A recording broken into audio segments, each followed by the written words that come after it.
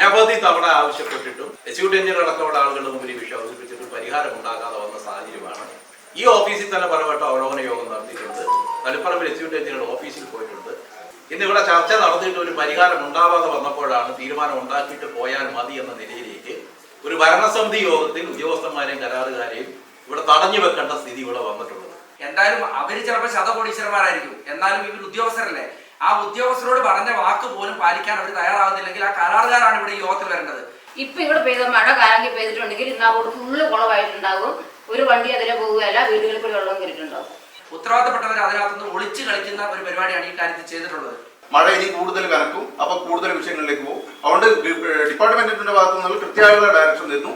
ഒരു മാസത്തിനുള്ളിൽ ഉളിക്കൽ പഞ്ചായത്തുകളിലുള്ള ഏറ്റവും എമർജൻസി ആയിട്ട് ചെയ്യേണ്ട മുഴുവൻ വർക്കുകളും കംപ്ലീറ്റ് ചെയ്തിരിക്കണം. ജലജീവൻ മിഷൻ പദ്ധതിയുടെ ഭാഗമായി ഉളിക്കൽ പഞ്ചായത്തിലെ പ്രാദേശിക റോഡുകളെല്ലാം തന്നെ ജനങ്ങൾക്ക് ബുദ്ധിമുട്ടാകുന്ന രീതിയിൽ കുത്തിപ്പൊളിച്ചിട്ടിരിക്കുന്ന സാഹചര്യമാണെന്നും ഈ റോഡുകൾ ഗതാഗത യോഗ്യമാക്കാനുള്ള നടപടി ഉണ്ടാകണമെന്നും പഞ്ചായത്ത് ഭരണസമിതി ഉദ്യോഗസ്ഥരെ അറിയിച്ചു. അല്ലാത്ത പക്ഷം ശക്തമായ പ്രതിഷേധം അറിയിക്കുമെന്നും പഞ്ചായത്ത് പ്രസിഡന്റ് PC ഷാജി പറഞ്ഞു. വളരെ ഗുരുതരമാണ് ഉളിക്കൽ പഞ്ചായത്തിൽ ജലജീവൻ മിഷനുമായി ബന്ധപ്പെട്ട് റോഡുകൾ വെട്ടിപ്പൊളിച്ച് പൈപ്പ് ലൈൻ ഇട്ടത്. ആ റോഡുകൾ പൂർവ്വസ്ഥിതിയിലാക്കുന്ന പ്രവൃത്തി കരാർ പ്രകാരം ഇവർ ചെയ്യേണ്ടതാണ്, ഇവർ ചെയ്തിട്ടില്ല. അനവധി തവണ ആവശ്യപ്പെട്ടിട്ടും എക്സിക്യൂട്ടീവ് എഞ്ചിനീയർ അടക്കമുള്ള ആളുകളുടെ മുമ്പിൽ ഈ വിഷയം അവതരിപ്പിച്ചിട്ട് പരിഹാരം ഉണ്ടാകാതെ വന്ന സാഹചര്യമാണ്. ഈ ഓഫീസിൽ തന്നെ പലവട്ടം അവലോകന യോഗം നടത്തിയിട്ടുണ്ട്. തളിപ്പറമ്പിൽ എക്സിക്യൂട്ടീവ് എഞ്ചിനീയർ ഓഫീസിൽ പോയിട്ടുണ്ട്. ജനപ്രതിനിധികൾ എന്ന നിലയിൽ പഞ്ചായത്ത് ഭരണസമിതിയിലെ അംഗങ്ങൾ എല്ലാവരും ഒറ്റക്കെട്ടായി ഈ കാര്യത്തിൽ ഞങ്ങൾ ഇടപെട്ട് മുന്നോട്ട് പോകും. പക്ഷേ പരിഹാരം ഉണ്ടാകുന്നില്ല. ഇന്നിവിടെ ചർച്ച നടത്തിയിട്ട് ഒരു പരിഹാരം ഉണ്ടാവാതെ വന്നപ്പോഴാണ് തീരുമാനം ഉണ്ടാക്കിയിട്ട് പോയാൽ മതി എന്ന നിലയിലേക്ക് ഒരു ഭരണസമിതി യോഗത്തിൽ ഉദ്യോഗസ്ഥന്മാരെയും കരാറുകാരെയും ഇവിടെ തടഞ്ഞു വെക്കേണ്ട സ്ഥിതി ഇവിടെ വന്നിട്ടുള്ളത്. അതുകൊണ്ട് ഇവിടെ ആ കാര്യത്തിൽ ഒരു തീരുമാനം ഉണ്ടാവണം. അതിനകത്ത് ഇപ്പോൾ ഞങ്ങൾ പറഞ്ഞിട്ടുള്ളത് 100-ലധികം റോഡുകൾ, പ്രാദേശിക റോഡുകൾ, നമ്മുടെ ഗ്രാമീണ റോഡുകൾ വെട്ടിപ്പൊളിച്ച് കിടക്കുകയാണ്. അതിൽ ഏറ്റവും അത്യാവശ്യമായി ഇപ്പോൾ തീർത്തും ഗതാഗത തടസ്സമുള്ള റോഡുകൾ അടിയന്തര പ്രാധാന്യത്തോടെ ഈ മാസം തന്നെ അത് പൂർവ്വസ്ഥിതിയിൽ എത്തിക്കണം എന്നുള്ള ഒരു ഡിമാൻഡാണ് ഇപ്പോൾ മുന്നോട്ട് വെച്ചിട്ടുള്ളത്. അതങ്ങനെ ഒരു 10-40 റോഡുകൾ ഉണ്ടാകും. അത് പരിശോധിച്ച ലിസ്റ്റ് നൽകാൻ വേണ്ടി തയ്യാറാണ്. പക്ഷേ കരാറുകാരുടെ ഭാഗത്തു നിന്ന് അത് ഈ 30-ാം തീയതിക്കുള്ളിൽ അത് പൂർവ്വസ്ഥിതിയിൽ എത്തിക്കാമെന്നുള്ള ഒരു വാക്ക് ഈ ഭരണസമിതി മുമ്പാകെ അവർ പറയാൻ തയ്യാറാകുന്നില്ല. അതുകൊണ്ടാണ് അസാധാരണമായ ഒരു സാഹചര്യം ഇന്ന് ഈ ഭരണസമിതി യോഗത്തിനകത്ത് ഉണ്ടായിട്ടുള്ളത്. ഇങ്ങനെ ഉണ്ടാവാൻ പാടില്ലാത്തതാണ്. പക്ഷേ ജനങ്ങളുടെ ആവശ്യം പറയാൻ ജനപ്രതിനിധികൾ എന്ന നിലയിൽ ഞങ്ങൾ ബാധ്യസ്ഥരാണ്. ജലജീവൻ മിഷന്റെ പ്രവർത്തനത്തിന്റെ ഫലമായി താറുമാറായ ഈ പഞ്ചായത്തിലെ ഗ്രാമീണ റോഡുകൾ അത് ഗതാഗത യോഗ്യമാക്കാതെ ഇതിനൊരു തീരുമാനം ഉണ്ടാവാതെ ഇവിടുന്ന് പുറത്തു പോകാൻ ഇവരെ അനുവദിക്കുന്നുള്ള നിലപാട് സ്വീകരിച്ചാണ് ഭരണസമിതി അംഗങ്ങൾ ഇവിടെ നിൽക്കുന്നത്. അത്തരം ഒരു സാഹചര്യമാണ് ഇവിടെ ഉള്ളത്. അവിടെ എത്രയും പെട്ടെന്ന് ആ കാര്യത്തിലൊരു ഉറപ്പ് ഇവിടെ വെച്ച് പറയണം. ഇപ്പോൾ വീണ്ടും കരാറുകാരോട് സംസാരിച്ചു, പക്ഷേ അവരുടെ ഭാഗത്തുനിന്ന് ഒരു പ്രതികരണം ഉണ്ടാകുന്നില്ല.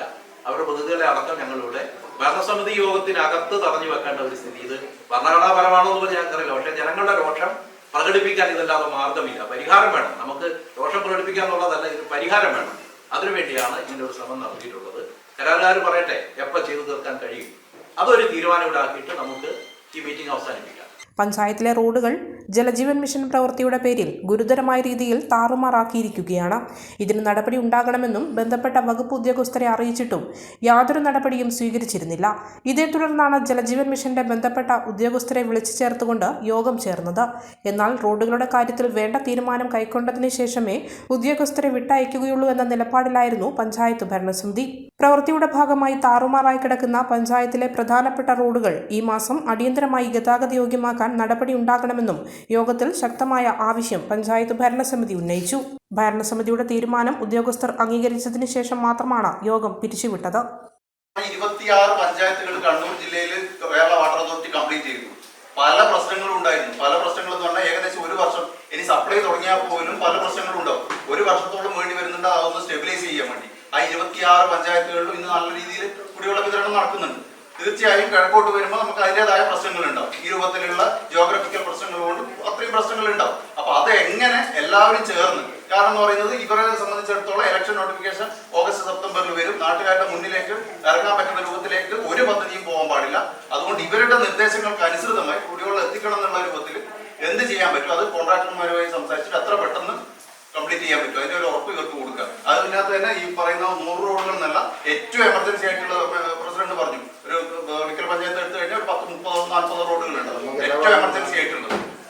ചെയ്യേണ്ടതല്ല, ഏറ്റവും എമർജൻസി ആയിട്ടുള്ളത് ഇത് ചെയ്യുക. ഓഫീസർമാരോട് ഇൻസ്പെക്ഷൻ നടത്തിയിട്ട് എന്താ ചെയ്യേണ്ടതെന്ന് അവർ പറഞ്ഞിട്ട് അതേപോലെ ചെയ്യാൻ വേണ്ടിയിട്ട് തീരുമാനം. എത്ര ദിവസത്തിനുള്ളിൽ മെമ്പർമാരുടെയും വാട്ടർ അതോറിറ്റി ഉദ്യോഗസ്ഥരുടെയും ഇൻസ്പെക്ഷൻ നടത്തിയിട്ട് എന്താ ചെയ്യേണ്ടതെന്ന് അന്നേരം തീരുമാനമല്ല. അതുപോലെ തിരക്കിലാണ് കുറച്ച് കഴിയുമ്പോൾ വിളിച്ചത് തീരുമാനം ഉണ്ടാക്കും പറഞ്ഞു. ജോമാനൊക്കെ നിസ്സഹായരാണ്. ഈ നിസ്സഹായരെ മാത്രമാണ് ഇവിടെ വിട്ടിരിക്കുന്നത്. അതിനകത്ത് ഒരു കാര്യമില്ല. ഈ രണ്ട് കരാറുകാരന്റെ മറുപടി പറയണം. ആ കരാറുകാരന്റെ മകൻ ഉൾപ്പെടെ നമ്മളെ വിളിച്ച് വാക്ക് പറഞ്ഞതാണ്. 2 ഞായറാഴ്ച AXCയോട് പോലും വാക്ക് പറഞ്ഞു. AXC എന്നൊക്കെ പറയുമ്പോൾ എന്തായാലും അവര് ചിലപ്പോൾ ശതകോടീശ്വരന്മാരായിരിക്കും, എന്നാലും ഇവർ ഉദ്യോഗസ്ഥരല്ലേ. ആ ഉദ്യോഗസ്ഥരോട് പറഞ്ഞ വാക്ക് പോലും പാലിക്കാൻ അവർ തയ്യാറാവുന്നില്ലെങ്കിൽ ആ കരാറുകാരാണ് ഇവിടെ ഈ യോഗത്തിൽ വരേണ്ടത്. ഇവര് നിസ്സഹായരാണ്. ഇവരിപ്പോ ഇവരെ കൊണ്ട് പറ്റുന്നത് മേലേന്ന് പറയാതെ ഇവർക്കൊന്നും ചെയ്യാൻ പറ്റില്ല. ആ ചെയ്യാത്തവർ ഇവിടെ ഈ യോഗത്തിനകത്ത് വന്നിരുന്നത് എന്താ കാര്യമുള്ള? ഉത്തരവാദിത്തപ്പെട്ടവർ അതിനകത്തുനിന്ന് ഒളിച്ചു കളിക്കുന്ന ഒരു പരിപാടിയാണ് ഈ കാര്യത്തിൽ ചെയ്തിട്ടുള്ളത്. അവിടെ ക്രോസ് വാൾ കിട്ടി മണ്ണിട്ടാൽ അവിടെ നിൽക്കൂല എന്ന് പറയുമ്പം ഞങ്ങളോട് അങ്ങനെ പറഞ്ഞിട്ടില്ല. ഞങ്ങളോട് ഇങ്ങനെ ചെയ്യാനേ പറഞ്ഞിട്ടുള്ളൂ. ഞാൻ അവരെ നിർത്തിക്കൊണ്ട് അങ്ങനെ എയിനെ വിളിച്ചു. അത് സൈഡ് കെട്ടാതെ മണ്ണിട്ടാൽ നിൽക്കൂല എന്ന് പറഞ്ഞു. അവരതിനൊന്നും സമ്മതിച്ചിട്ടില്ല. പൂർവ്വസ്ഥിതിയിലാക്കി തരാന്ന് പറയുമ്പോൾ നമ്മുടെ റോഡ് പഴയതുള്ളവർ തന്നെ ആക്കുന്നത്. ശരിക്കും അവിടെ സൈഡ് കെട്ടി ടാറിട്ട് തരുക ചെയ്യേണ്ടത്. അവർ വെറുതെ കൊണ്ടുപോയി ക്രോസ് വാൾ കെട്ടിയിട്ട് മണ്ണിട്ടിട്ടുണ്ട്. അത് അമർത്ത് ഒന്നും ചെയ്തിട്ടില്ല. ഇപ്പൊ ഇവിടെ പെയ്ത മഴ കാലങ്കി പെയ്തിട്ടുണ്ടെങ്കിൽ ഇന്ന് ആ റോഡ് ഫുള്ള് കുളമായിട്ടുണ്ടാകും. ഒരു വണ്ടി അതിലെ പോവുകയല്ല, വീടുകളിൽ കൂടി വെള്ളം കയറിയിട്ടുണ്ടാവും. മേജർ ടൈം ഇവർക്കാണ് കൊടുത്തിരിക്കുന്നത്. എങ്കിലും നമുക്ക് ഭരണസമിതിക്ക് അനുയോജ്യമായ ഒരു മറുപടി ഈ സമയം വരെ കോൺട്രാക്ടർമാരുടെ ഭാഗത്തു നിന്ന് ഉണ്ടായിട്ടില്ല. ഇവർക്ക് എന്താണോ ഇവരിങ്ങനെ മിണ്ടാണ്ടിരിക്കാനാണോ ഇങ്ങോട്ടേക്ക് അയച്ചതെന്ന് അറിയില്ല. നമുക്ക് AXC AE ഒക്കെ വിശ്വാസമാണ്. പക്ഷെ ഇവര് പറയാത്തിടത്തോളം കാലം നമുക്കതൊരു വിശ്വാസത്തിലെടുത്ത് ഇവരെ വർക്ക് മുന്നോട്ടേക്ക് പോകാൻ ഞങ്ങൾക്ക് താല്പര്യമില്ല, അത് സാധിക്കില്ല. കുറച്ച് ഒഴിവായിട്ടുണ്ട്, ഇല്ലാന്ന് ഞാൻ പറയുന്നില്ല. പിന്നെ കാലാങ്കി മെമ്പർ പറഞ്ഞതിന് എനിക്കൊരു കാര്യം തിരിച്ചു പറയാനുണ്ട്. ആ മഴ സമയത്ത് മെമ്പർ എന്നെ വിളിച്ചു പറഞ്ഞു ഞാനെല്ലാം കൂടി അടിച്ചു പൊട്ടിച്ചു കളയും, എത്രയും പേര് ഇത് ചെയ്തു തരണം. ഞാൻ മെമ്പറോട് പറഞ്ഞു മെമ്പറെ മഴയായി ഈ സമയത്ത് പോയാലും നടക്കൂല എന്ന് പറഞ്ഞു. സാർ എന്നോട് പറഞ്ഞു ഞാൻ സാറിനെ അറിയിച്ചു. അത് കഴിഞ്ഞിട്ട് ഈ മെമ്പറിന്റെ ആവശ്യപ്രകാരമാണ് ഇന്നലെ മണ്ണിട്ടത്. അല്ലാണ്ട് 2 വർഷത്തിന് മേളിലായിപ്പോ എന്റെ വാർഡിൽ എത്ര റോഡുകൾ നിങ്ങൾ പൊളിച്ചു? ഒരു ഇരുചക്ര വാഹനക്കാരൻ വന്ന സ്കൂട്ടി അതിൽ വീണ് കാലൊടിഞ്ഞ് 6 മാസങ്ങൾ കടന്നു. നിങ്ങളുടെ ഭാഗത്ത് ഒരു സഹായം ഉണ്ടായിട്ടില്ല. എന്നാൽ നിങ്ങളോട് പലതവണ വിളിച്ചു പറഞ്ഞു ആ റോഡിന്റെ പൂർവ്വസ്ഥിതിയിലാക്കി തരാൻ. ജലജീവൻ മിഷന്റെ ആളുകൾ എന്ന് പറഞ്ഞാൽ തിരിഞ്ഞു നോക്കാത്ത സ്ഥിതിയാണുള്ളത്.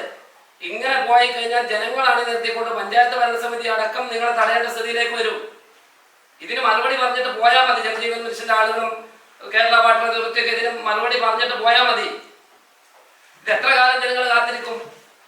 നിങ്ങൾ വാക്കിന് എന്ത് വിലയാണത്? ലിസ്റ്റ് നാളെ തന്നെ മെമ്പർമാരുമായി ബന്ധപ്പെട്ട് ഏറ്റവും അനിവാര്യമായി ചെയ്യേണ്ട റോഡുകളുടെ ലിസ്റ്റ് എടുക്കും. അത് കരാറുകാര് AXCയുടെ പറഞ്ഞത് അംഗീകരിക്കുന്നുണ്ടല്ലോ. ഇന്ന് ലിസ്റ്റ് കിട്ടിക്കഴിഞ്ഞാൽ ഐഡന്റിഫൈ ചെയ്യുക, ഏറ്റവും എമർജൻസി ആയിട്ട് ചെയ്യേണ്ട വർക്കുകൾ ഏതാണെന്ന് ഐഡന്റിഫൈ ചെയ്യുക. 1 മാസത്തിനുള്ളിൽ ആ വർക്കുകൾ കംപ്ലീറ്റ് ചെയ്യുക. അതിനകത്ത് എന്തെങ്കിലും പ്രശ്നം, ഇനി കോൺട്രാക്ടറിന്റെ ഭാഗത്ത് നിന്ന് വേറെ ഒരു ഫിനാൻഷ്യൽ പ്രശ്നം ഉൾപ്പെടെ യാതൊരുവിധ വേറെ പ്രശ്നങ്ങളും ഉന്നയിക്കാൻ പാടില്ല. ഇനി എന്തെങ്കിലും തരത്തിലുള്ള വിഷയങ്ങളുണ്ടെങ്കിൽ ഈ മീറ്റിംഗിൽ പറയാം. അതിനുശേഷം നിങ്ങൾ പിന്നെ ഫിനാൻസ് അതായിരുന്നു, ബില്ല് പാസ്സായില്ല, അങ്ങനെയുള്ള യാതൊരുവിധ കാരണങ്ങളും പറയാൻ പറ്റില്ല. മഴ ഇനി കൂടുതൽ കനക്കും, അപ്പൊ കൂടുതൽ വിഷയങ്ങളിലേക്ക് പോകും. അതുകൊണ്ട് ഡിപ്പാർട്ട്മെന്റിന്റെ ഭാഗത്തു നിന്നുള്ള കൃത്യമായുള്ള ഡയറക്ഷൻ തരുന്നു. 1 മാസത്തിനുള്ളിൽ ഉളിക്കൽ പഞ്ചായത്തുകളിലുള്ള ഏറ്റവും എമർജൻസി ആയിട്ട് ചെയ്യേണ്ട മുഴുവൻ വർക്കുകളും കംപ്ലീറ്റ് ചെയ്തിരിക്കണം. ഇതിന്റെ ക്വാണ്ടിറ്റി തീരുന്നു എന്നുള്ള ഒരു ആശയം പറയുന്നത്.